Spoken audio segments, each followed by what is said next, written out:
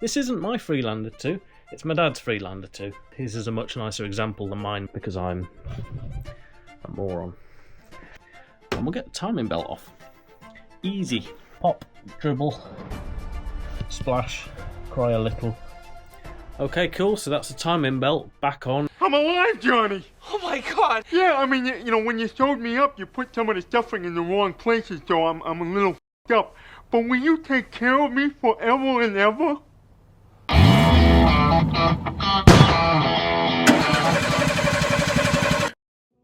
I'm back after Christmas in the very glamorous home garage doing a timing belt on a Freelander 2. This isn't my Freelander 2, it's my dad's Freelander 2, because he too is very stupid and has decided to buy something made by JLR. But genuinely, these are very good, and his is a much nicer example than mine with a lot less miles. But no history of the timing belt being done, and more due to age, I think, the mileage. We're just doing it. They included the timing belt kit with the car, which is actually a pretty comprehensive kit. It's Deco, which is the sort of standard fitment on these anyway. So belt, come to the water pump, the gasket, both the tensioners, everything. So where I'm at with it, engine cover's off, coolant bottle is loosened off, good to go. Underneath, I've just taken the under tray off and got access to the side of the engine, taking the wheel off and the inner arch. I've got it on an axle stand.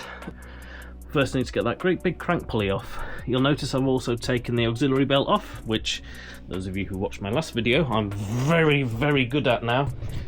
Very good at doing those now, after taking my one off and having a bit of a battle.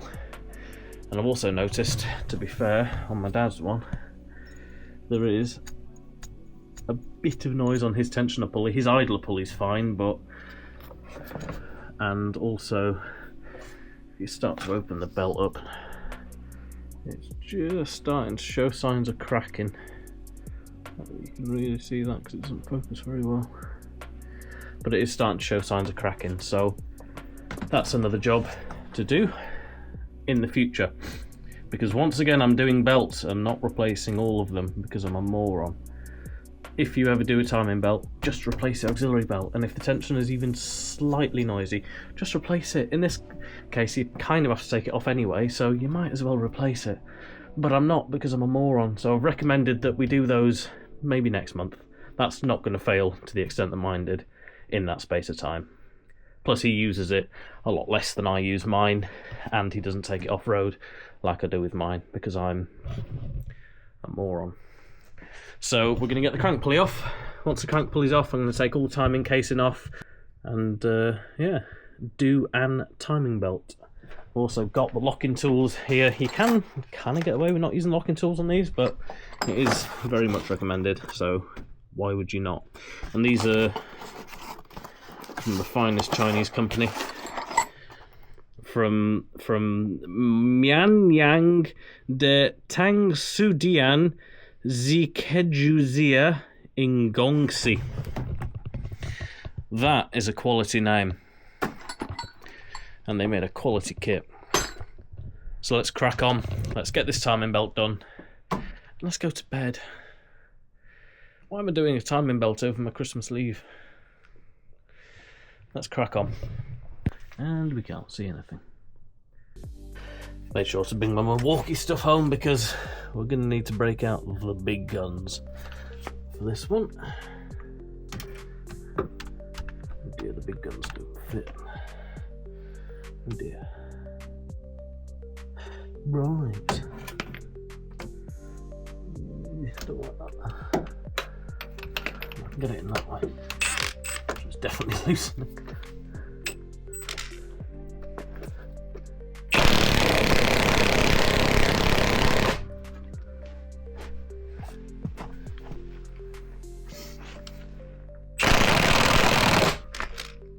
Oh, it's coming.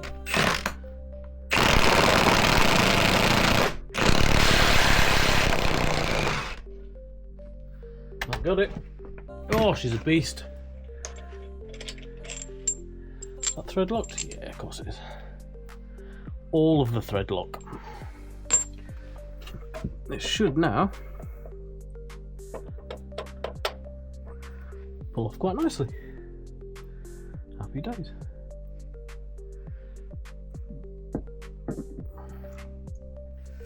So that now means I can get these bolts off the timing cover, whip the timing cover off, and we've got a good view of the belt.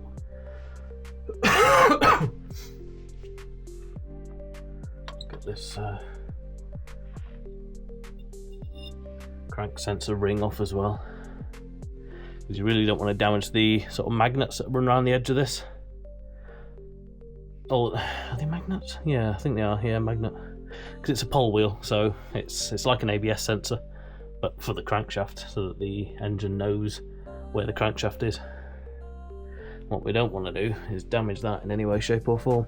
So I'm going to put that somewhere safe.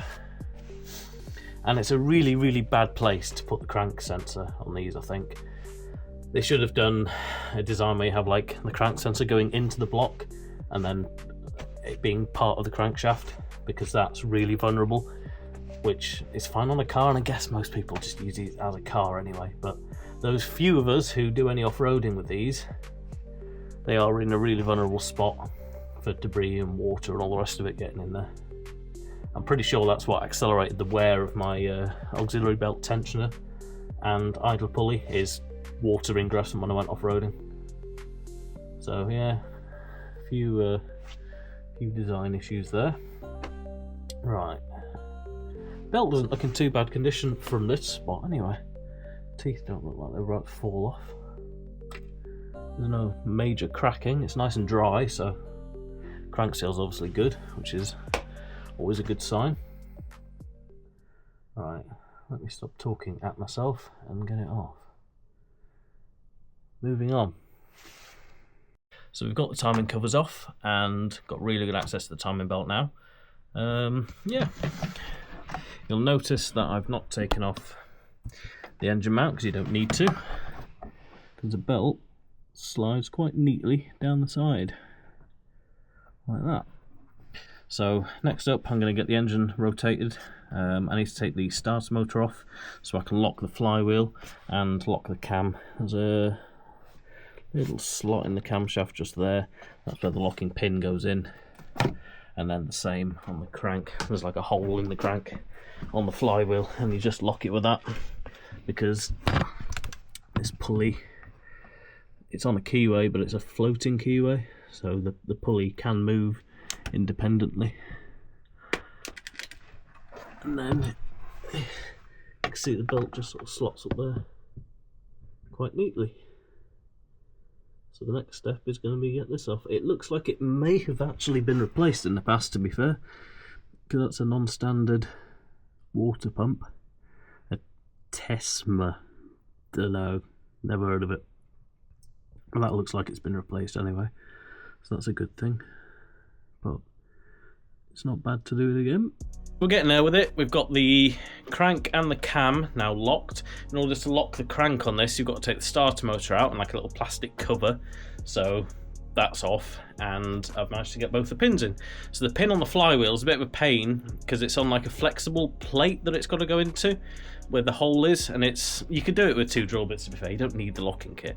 You could use 2 8mm drill bits. So one goes into the flywheel, which when it rotates, I like to get the cam in first. You can be 180 degrees out, but I like to get the cam in first just because it's just that bit easier.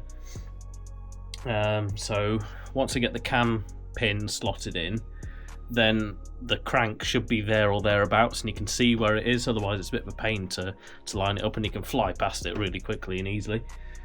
So now I'll show you where they are, and we'll get the timing belt off. Easy. You can just about see there where my finger's pointing. That is where this pin is located into the flywheel. And then the second pin is nice and easy to spot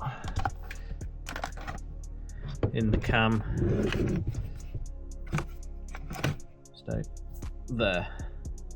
And that goes into a hole in the head. this is that hole in the head from a straight up angle, just so you can see what I'm putting the pin into. So now the engine is locked and safe to remove the timing belt. Most engines, when they lock, they'll lock in a way that is neutral, where all the pistons are level on a plane, sort of halfway along the cylinders. That way then, if this was to fail or whatever, then the valves aren't going to knock and hit the pistons, potentially causing damage. So you really can't go too wrong with these. So let's get the timing belt off. Quite a neat design on this, the idler pulley. There's a cutout in the engine mount bracket to allow you to get the bolt out when you unscrew it, which is just nice. That is a good little design.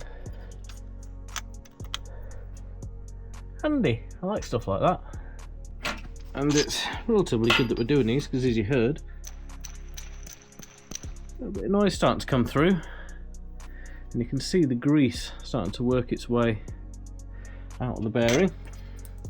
Same with the tensioner, really. It's starting to get pretty noisy. Can't show it.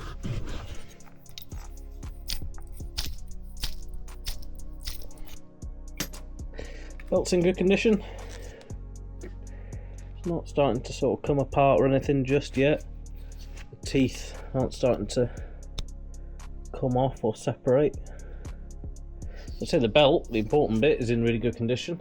The pulleys, which are second most important, are just starting to show signs of wear.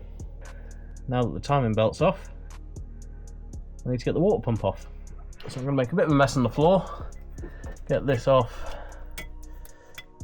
It's these bolts all the way around here.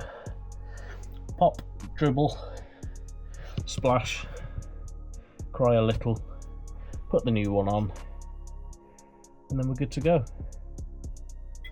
We're getting there. It does, I think, however, need a push. And because they're a pig to press out, and it's probably going to be due a ball joint at some point, and that rear bush looks like it's flexing, I think it's probably worth getting a pair of arms for this one.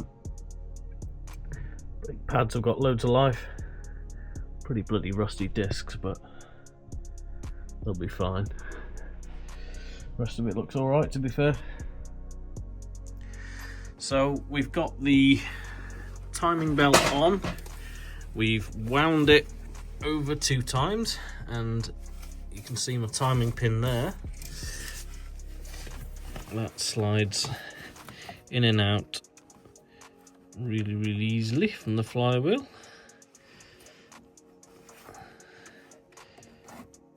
No dramas at all.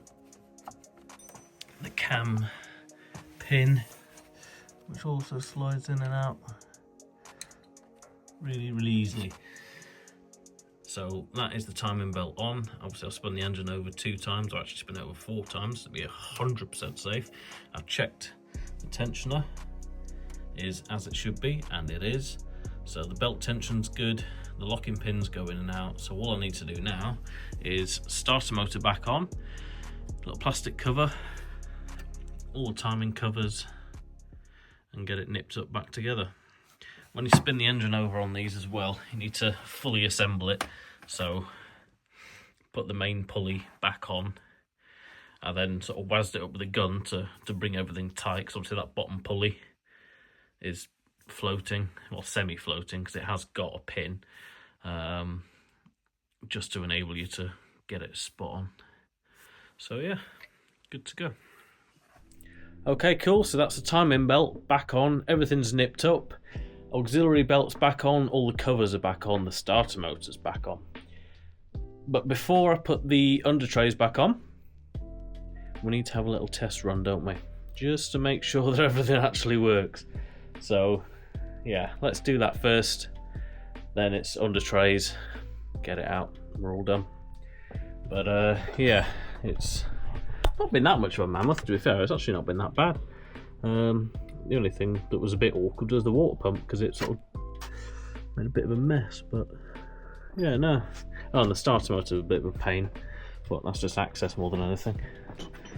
Yeah, so we've got everything back on. Covers, auxiliary belt, tensioner, crank bolt. I use the holding tool on the flywheel to torque that up. Put some thread lock on it, so it's got some medium strength, sort of Loctite stuff on there. So yeah, she's very nearly done. But first we must see if it works.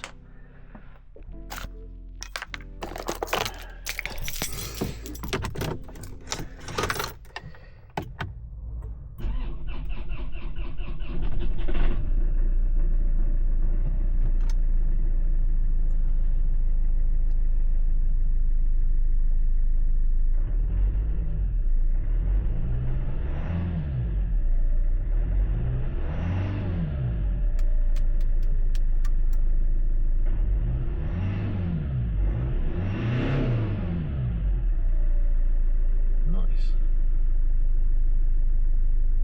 Runs pretty sweet to me.